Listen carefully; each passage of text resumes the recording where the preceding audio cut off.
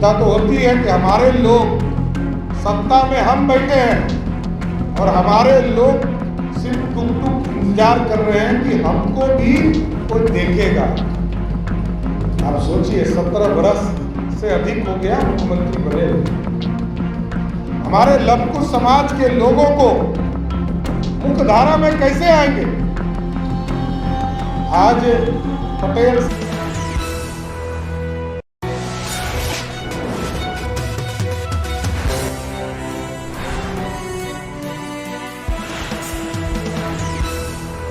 को मुख्यमंत्री बनाने के लिए मैं 88 दिन तक मैं जेल में रहा।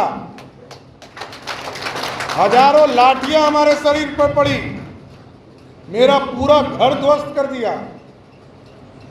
आदरणीय जौहर साहब से लेकर तमाम नेता हमारे लिए पूरे कश्मीर से कन्या तक आंदोलन करने का काम किया।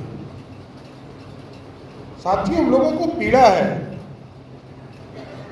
सत्ता किसी परिवार के साथियों को दे देते, विचारधारा को दे देते, तब तो कोई हिचकिचाहट नहीं होती किसी को। लेकिन सत्ता का केंद्र मुख्यमंत्री जी ने जिसको चुना वो हमको गाली देने वाला वर्ग है, हम उसके साथ कभी भी नहीं जा सकते। और हम तो सरदार पटेल के वंशज हैं। जिस सरदार पटेल ने इस अखंड भारत का सपना देखा था और आज भी दुनिया में लिबर्टी ऑफ स्टैच्यू की कल्पना होती थी, अमेरिका बड़ा गर्व से कहता था कि हमारे बड़े इतने बड़े मूर्ति हमारे पास दुनिया में किसी के पास नहीं।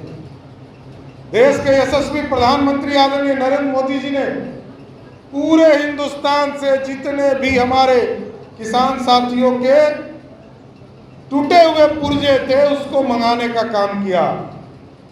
और किसकी मूर्ति बनाई? सरदार पटेल की।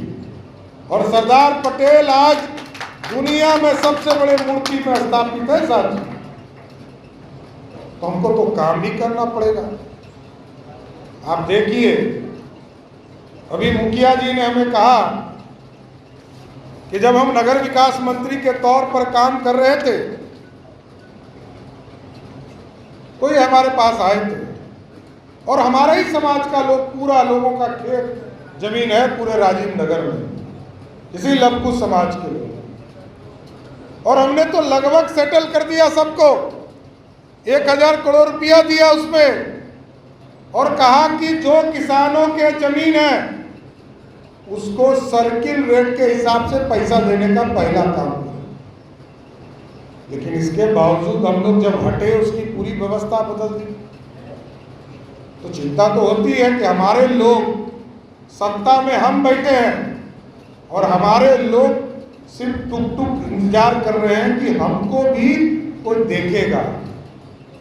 आप सोचिए 17 बरस से अधिक हो गया मुख्यमंत्री बने। हमारे लवकुश समाज के लोगों को मुख्यधारा में कैसे आएंगे?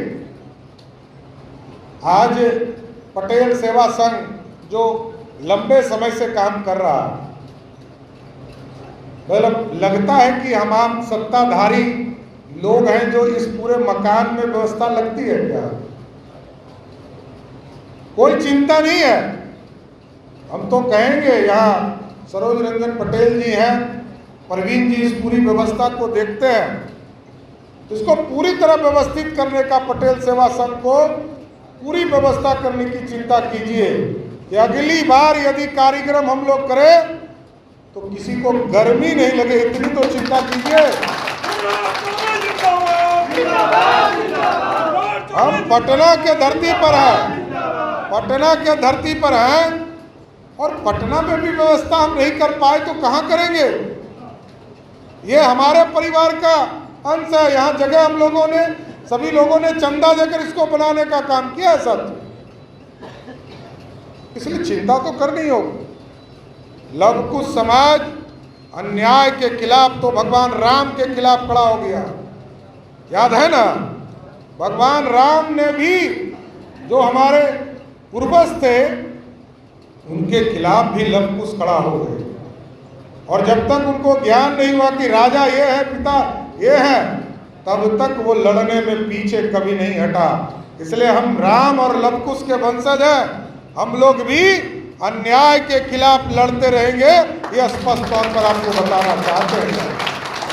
उस पूरे अखंड भारत की कल्पना जो सरदार पटेल ने किया था, आज यदि सरदार पटेल नहीं होते, मैं भी जूनागढ़ गया था, मैंने वो जगह भी देखा जिस जगह पर उन्होंने जनमत करके पूरा जो जूनागढ़ रियासत था, जिसको गुजरात आज कहते हैं, और यदि सरदार पटेल नहीं होते तो वो आज पाकिस्तान का हिस्सा होता।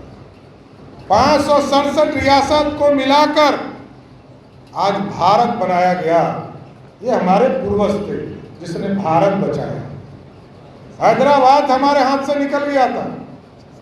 इसलिए साथियों, मैं स्पष्ट तौर पर बहुत लंबा नहीं बोलते हुए ये जरूर कहूंगा कि लवकुश समाज को मैं जरूर गारंटी देना चाहता हूं कि एक व्यक्ति यदि आपके बीच से राजनीतिक तौर पर जाएगा तो कोई दूसरा व्यक्ति सत्ता में नहीं बैठेगा, कोई लवकुश समाज का ही सत्ता में बैठने का काम करेगा।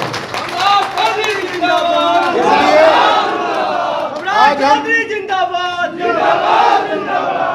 आज हम आपको बड़ा स्पष्ट तौर पर बताना चाहते हैं कि बिहार को सुंदर बनाना है, बिहार को विकसित करना है।